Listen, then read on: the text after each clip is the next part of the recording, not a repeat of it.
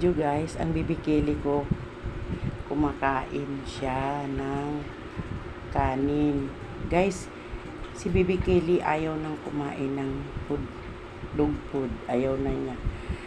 Ayaw din niyang kumakain ng yung mga ulam na mamantikain. Gusto niya yung mga gulay lang ng talbog-talbog. Ganyan ang gusto niya guys kainin.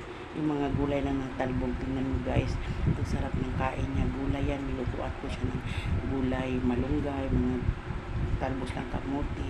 Talbog-talbog lang yan guys. Kinakain ni Kelly. Hindi yan siya kumakain ng mga adobong sabaw-sabaw na adobo. Ayaw niya. Hindi yan siya guys. Basta gulay lang yan talaga sa kanya. Hindi na din kumakain ng dog food guys. Bebe Kelly. Kelly. Kelly boy. Sarap ng kain ikaw, bebe. Kelly. Ang sarap ng kain ikaw. Sarap ng kain ng Kelly namin. Sarap ng kain ni Kelly. Sabaw na gulay yan guys. Talbog-talbog lang.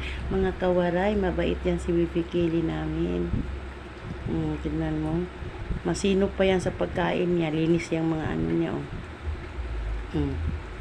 Linisin niya yan guys. Kasi tinuturuan ko siya. Sabi ko ay huwag siyang magkain ng pakalat-kalat. Nilinis niya yan. Bebe. Kelly. Kelly. Shh.